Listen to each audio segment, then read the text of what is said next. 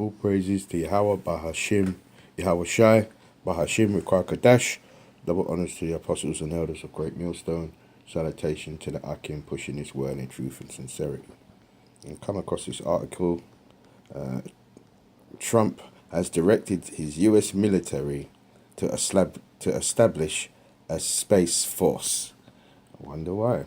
Let's get on. It says here, the U.S. Army forces may take to space. Donald Trump has announced that he has directed his Pentagon to create a new branch of the U.S. military called the Space Force. This announcement came during an 18th of June meeting of the U.S. Space Council, in which President Trump signed his third space policy directive. It lays out instructions to better track traffic in space, including which agencies will monitor spacecraft and satellites in orbit and to minimize new space debris. Lying motherfuckers. Trump said during the meeting that the Space Force will be a separate but equal branch of the U.S. military. This would be the first new U.S. military branch since the Air Force began in 1947. Congress considered and rejected a similar proposal last year for a standalone space corps to deal with threats in orbit. But Trump rekindled the idea in a March speech when he described it as like the Army and the Navy but for space, because we're spending a lot of money on space. And why is that? Because they know the Mashiach is going to return. The Air Force Space Command, started in 1982, is currently in charge of operating and protecting military satellites. It's not yet clear if this new Space Force will simply transfer the existing Space Command duties to a new group, or whether it will take on additional responsibilities. So, Mr. Trump is going to try and fight the Lord. Oh. Once again, these niggas are gonna get smashed. Anyway, that's a quick impromptu video, and I'm going to I'll make a proper in-depth visual one a bit later on. I'd say all praises to Yahweh Shai, Shai, double honors to the apostles and elders of Great Millstone. Salutation to the Akim pushing this word in truth and sincerity. And Kwam Yasharallah, man, we're getting nearer. Space Force, huh? Forget about it. I couldn't help at one point in my discussions privately with General Secretary Gorbachev, when you stop to think that we're all God's children, wherever we may live in the world, I couldn't help but say to him, just think how easy his task and mine might be in these meetings that we held if suddenly there was a threat to this world from some other species, from another planet, outside in the universe. We'd forget all the little local differences that we have between our countries, and we would find out once and for all that we really are all human beings here on this earth together. Well, I don't suppose we can wait for some alien race to come down and threaten us, but I think that between us we can bring about that realization. In our obsession with antagonisms of the moment, we often forget how much unites all the members of humanity. Perhaps we need some outside universal threat to make us recognize this common bound. I occasionally think how quickly our differences worldwide would vanish if we were facing an alien threat from outside this world. And yet, I ask you, is not an alien force already among us? What could be more alien to the universal aspirations of our peoples than war and the threat of war? I think maybe I'd answer it this way. I keep, in my frustration sometimes, you know, actually, if you count some of the things going on in smaller countries and all. There have been about 114 wars since World War II. But I've often wondered, what if all of us in the world discovered that we were threatened by a power from outer space, from another planet? Wouldn't we all of a sudden find that we didn't have any differences between us at all? We were all human beings, citizens of the world, and wouldn't we come together to fight that particular threat? Right, Ronald Reagan said that speech, but this is the aftermath, you see, because what you don't realize, Ronald Reagan knows something what the rest of you peons don't know, that there's going to be a recompense, you know. The Lord is going to invade this place with his space vehicles, what UFOs, the so-called government calls it. But the Most High said at the end of the day, he's not coming to shake hands and sit down at a table and discuss what parts of the land he's going to have. And no, he's going to take this place, man. He said the saints going to take the kingdom. Yeah, the Most High is going to invade them with these angels, man, with the archangels, man. You know, and the saints as well. We're going to take it. Anyway, let's get Revelation. Let's read this whole chapter. And it says here, this is Revelations 18:1. And after these, I saw another angel come down from heaven, having great power, and the earth was lightened with his glory. Yahweh and the angels. And he cried mightily with a strong voice, saying, Babylon the Great is fallen, and has become the habitation of devils. Babylon the Great is talking about America, okay? And the hold of every foul spirit and caged of every unclean and hateful bird. All nations have drunk the wine of the wrath of her fornication. Okay? That's her philosophies. Yeah? Homosexuality, bestiality, women above men, that equal spirit, you know? This is all the wine, what this so-called Caucasian Edomites are perpetuated through the whole earth. So there's a judgment for it. And that's what Ronald Reagan was talking about, you see. He said, if some outside entity, wouldn't we all come together? Well, you're going to have to. And when you do come together, you're going to get put to death. And it says, for all nations have drank of the wine and wrath of her fornication, and the kings of the earth have committed fornication with her, and the merchants of the earth are waxed rich through the abundance of her delicacies. Because America was the place where you got the American dream. Everybody wanted to come to America at one stage, but now she's finished. So nobody wants to come here, man. America done. And I heard another voice from heaven saying, come out of her, my people. See, that shows you not everybody is God's chosen people. He said, my people. He didn't say come out of her, everybody. No, my people. That ye be not partakers of her sins, and that ye receive not of her plagues. Because that's what's coming, man. The plagues is coming.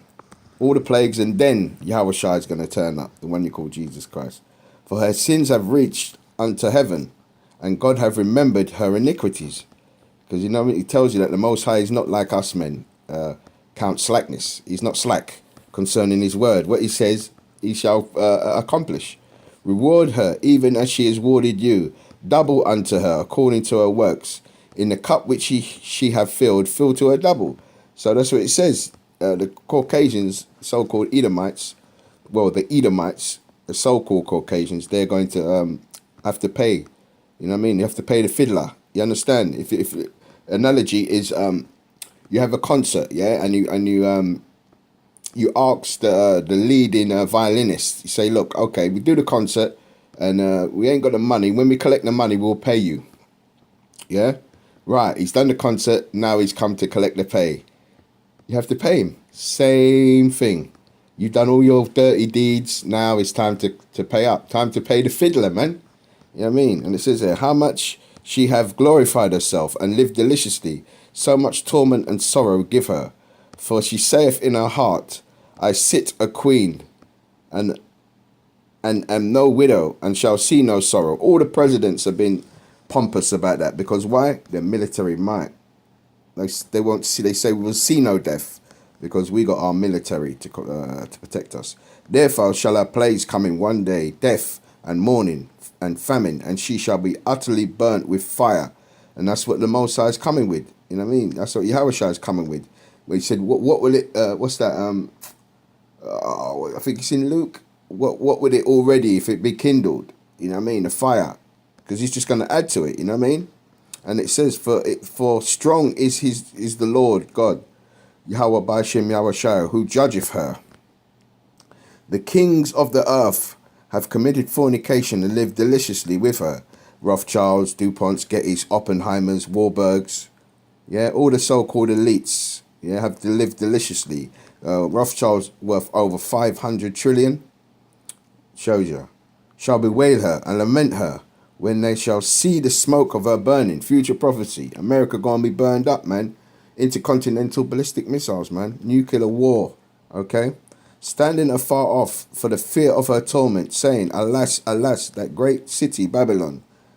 Babylon comes from the Hebrew word babal, what means confusion. And there's nothing but confusion wherever these crackers are. Edomites, sorry. But they are crackers, yeah.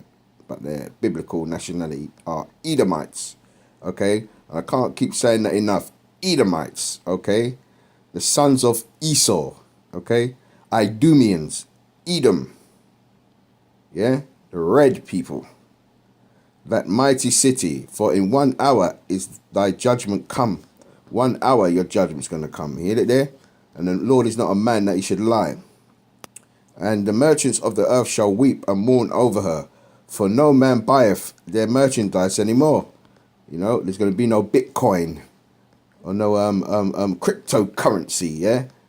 And the merchandise of gold and silver and precious stones and of pearls and fine linen and purple and silk and scarlet and all thine wood and all manner of vessels of ivory, all manner of vessels of the most precious wood and of brass and iron and marble and cinnamon and odours and ointments and frankincense and wine and oil and fine flour and wheat and beasts and sheep and horses and chariots and slaves and souls of men. This is all going to perish, because there's not going to be nothing here except desert creatures, okay? Tells you that. The satyr shall cry here, yeah? And the lizard shall run wild in the desert of America, the one giant desert, because that's what it's going to be. And the fruits that thy soul lusteth after are departed from thee, and all things which were dainty and goodly are departed from thee, and thou shalt find them no more at all. The merchandise of these things which were made rich by her shall stand off afar from the fear of her torment, weeping and wailing. These are all the other nations what done business with this, with the whore America, and saying, alas, alas, that great city that was clothed in fine linen and purple and scarlet, right? That purple and scarlet, it identifies America as the land of riches, you see, but it's going to come to naught, okay? And decked with fine gold, precious stones and pearls, for in 1 hour so great riches is come to naught, and every shipmaster and all the companies in ships and sailors, and as many as trade by sea stand off afar, because that's how most of the commodities come in, man, by ship. You know, got to come in by the harbour, you see. And they cried when they saw the smoke of her burning. Okay? Whore, it's her. See, America is a her, because remember it tells you that the whore that sitteth upon many waters. You got the Statue of Liberty. Okay? What city is like unto this great city? That's what they say. What city is like unto America? Huh? Well, James Brown, living in America. Howdy how, holy ho. I like living in America. Remember that song? Yeah, see, that's the place of riches. And thy dust, and cast dust on their foreheads, because that's a sign of mourning. We used to do that when Israel used to get in altercations and trouble. We used to throw dust upon our heads. It's a sign of mourning, and cried, weeping and wailing, saying, Alas, that great city wherein were made rich all that had ships in the sea by reason of her costliness. For in 1 hour she is made desolate. Rejoice over her, thou heaven, and be ye holy, apostles and prophets, for God have avenged you on her. That's the main thing. The Most High is going to avenge America for the sakes of the Israelites. Okay? And the Almighty angel took up a stone like a great millstone, and cast it into the sea, saying, Thus with violence shall that great city Babylon be thrown down, and shall be found no more. Because of violence. That's what this man's about. Violence. Esau's a violent man. It stems from Cain. Did not Cain kill Abel? It's the same spirit what's in Esau, Edom, Edomites, Idumeans. The same spirit. Nothing new under the sun. Ecclesiastes 1:9. And it says, the voice of harpers, musicians, and pipers, and trumpeters shall be heard no more at all in thee. That's all your Beyoncés, your Jay-Z's, all your musicians. You ain't going to hear none of that, because it's going to be desolate. And no more craftsmen of whatsoever craft he be shall be found any more in thee. And the sound of the millstone shall be heard no more at all in thee. And the light of the candle shall shine no more at all in thee. And the voice of the bridegroom and of the bride shall be heard no more at all in thee. For thine merchants were the great men of the earth, for by thy sorceries, right, were all the nations deceived. That's America. By this, the main witchcraft they perpetuate is that Hollywood,